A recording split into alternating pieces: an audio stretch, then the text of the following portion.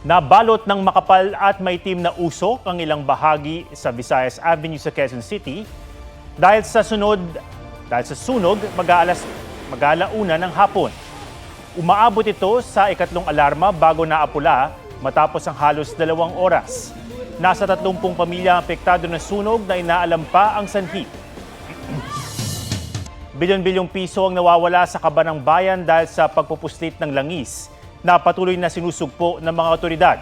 Sa Batangas, naharang ang iligal na pagsasali ng diesel mula sa barko sa dagat. Arestado ang mahigit 20, kabilang ang 2 Tsino. Yan ang report ni June Veneracion.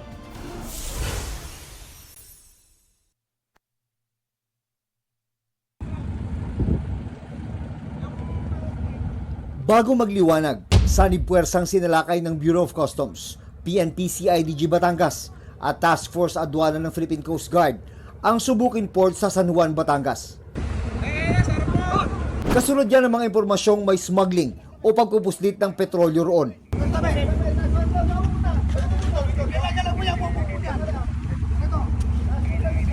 Naaktuhan nila ang mismong pagsasali ng diesel mula sa motor tanker Filiza papunta sa mga nakapilang tanker truck. Nakumpiska ang 217,000 liters ng diesel na nagkakahalaga ng 13 million pesos. Kinumpiska rin ang motor tanker at mga truck.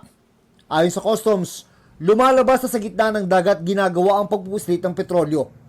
Karga raw ng isang foreign vessel ang krudong isinasalin sa motor tanker Filiza.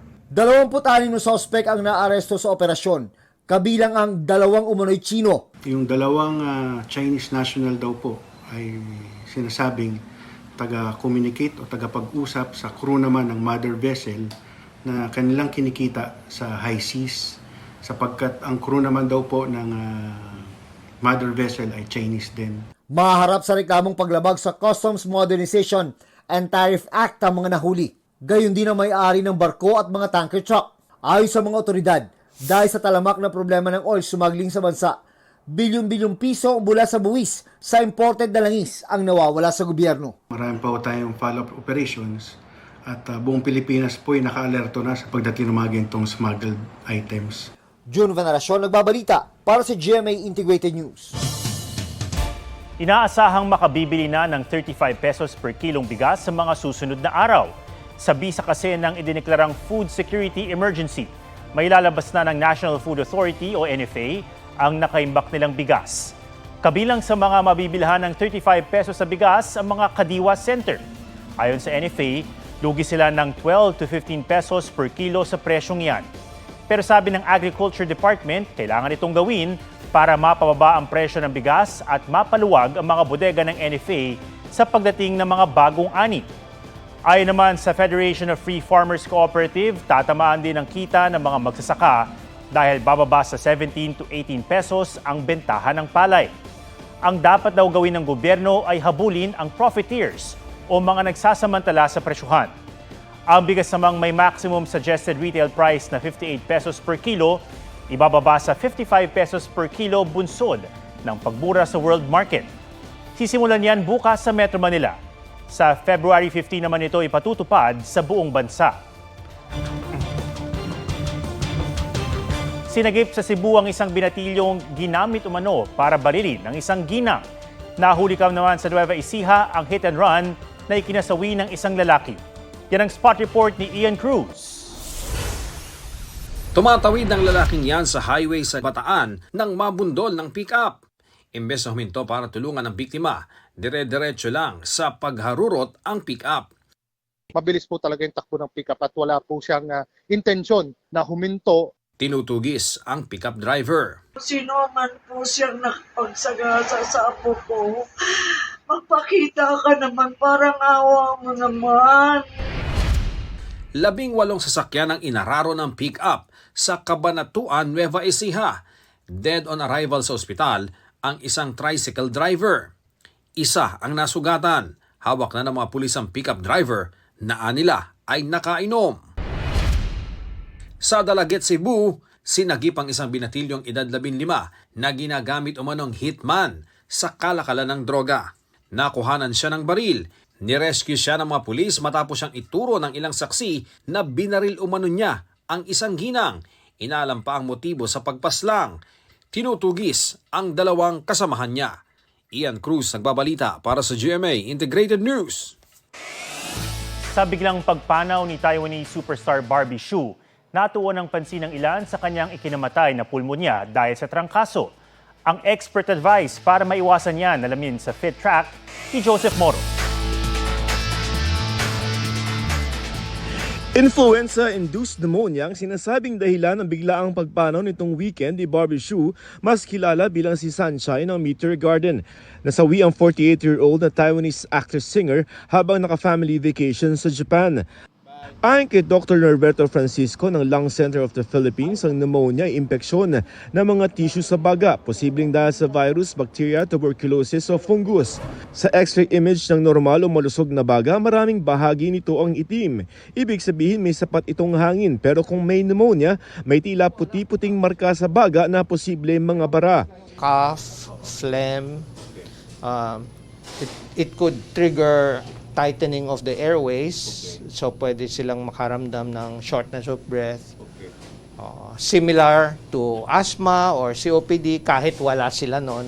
Pag malala namumuti, nagko-consolidate or pwedeng hindi lang one side, pwedeng both side. Ang lalaot hindi ng trangkaso depende sa bagsik ng mikrobyo, tibay ng resistensya ng tao o kung may iba pa siyang karamdaman o comorbidity, pati kanyang edad o ang lagay ng kapaligiran.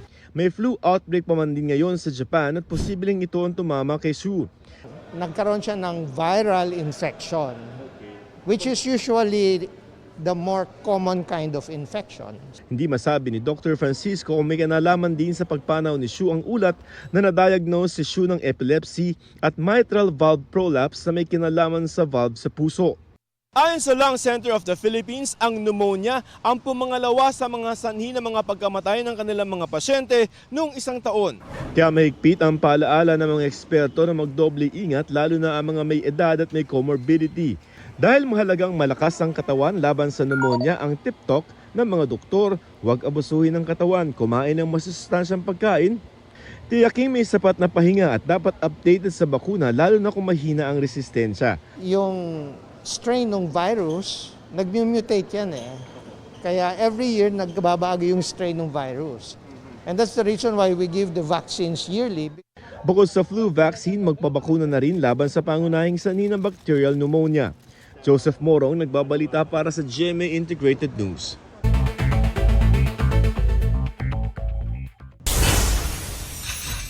Higanteng warship ng Navy ng China at dalawa pang Chinese vessel namataan sa Sulu Sea na nasa loob ng teritoryo ng Pilipinas. Mula Mindoro, naglayag pabasilan ang tatlong Chinese ships. Habang palapit ng Mindanao, sinalubong sila ng Philippine Navy Nomad Reconnaissance Plane, pati ng BRP Andres Bonifacio at BRP Apolinario Mabini mula sa AFP Western Mindanao Command. Hindi naman tinantanan ng BRP Cabra ang vessels 3301 at 3104 ng China Coast Guard hanggang makalabas sila ng exclusive economic zone ng Pilipinas.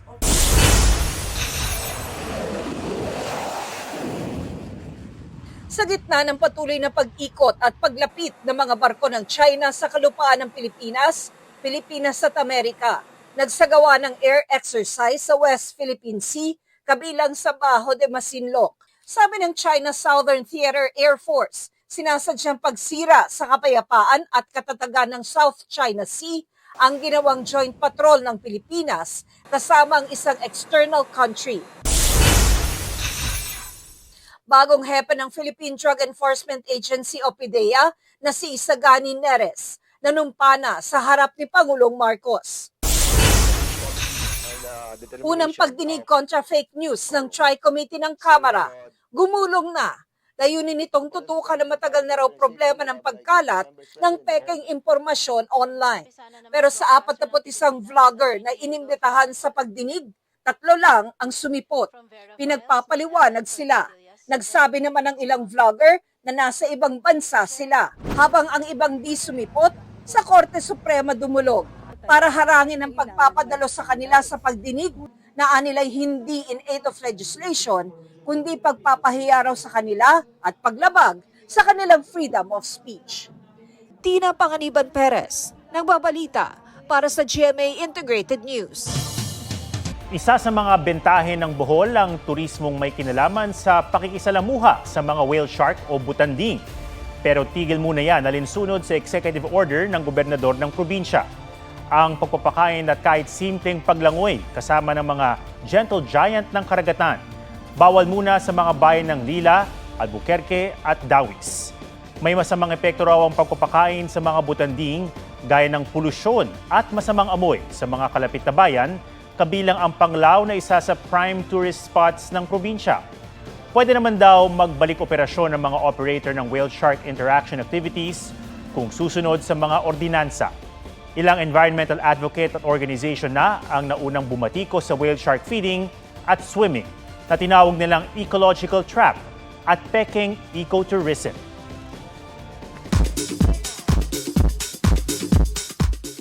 Provider ako tatay ako Diba? Hindi ko isipin ko ba yung mga inisip nila, tapos magugutom yung pamilya ko. First ultimate male survivor ng starstruck na si Mark Heras, may nilinaw sa mga nagsasabing laos at wala na siyang career, kaya sumasayaw na lang siya sa isang club. Lagi naman ako vocal about it. Ang gusto ko makapag-provide for my family, lalo na sa mga anak ko. Any work na naibato sa akin, na i-offer sa akin, as long as alam ko hindi naman ako lugi sa talent fee, at the same time, wala akong tinatapakan na tao, sabi nga nila, at legal, I'll do it.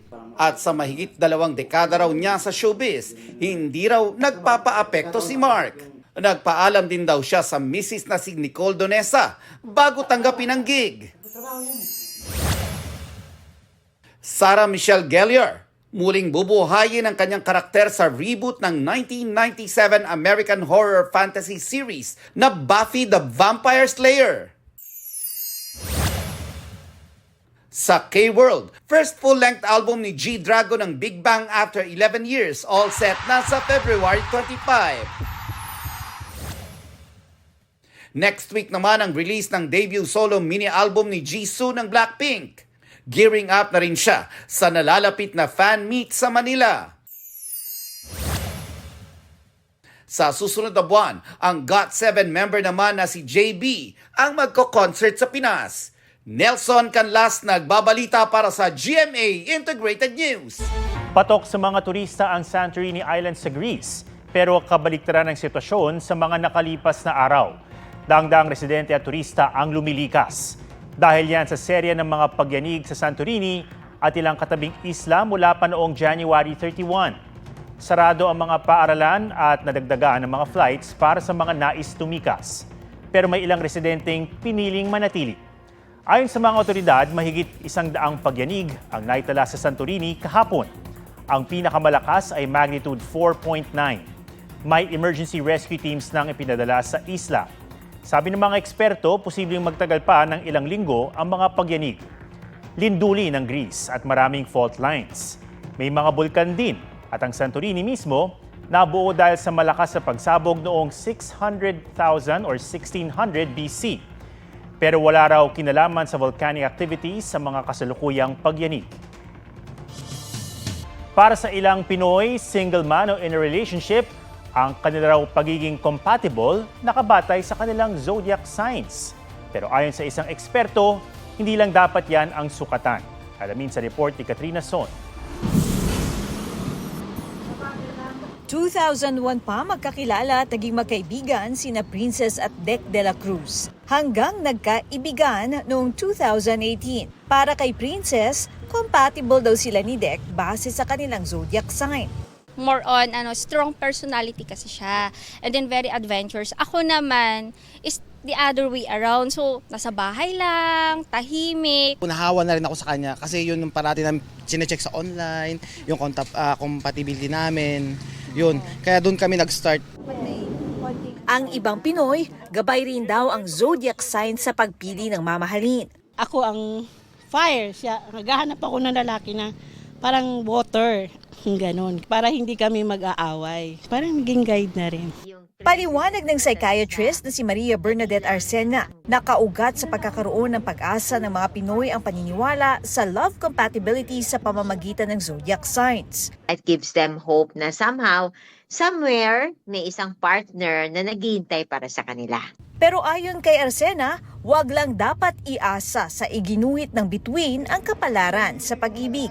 Alam mo, wala naman kasing magic formula in love eh. There's none. Ang mga paalala ni Arsena para sa love compatibility. Bukod sa pagiging maalaga at mapagmahal, dapat tignan ang iba pang ugali at paniniwala ng isa't isa. Magkaroon ng bukas na komunikasyon. Tanggapin ang mga imperfection ng minamahal.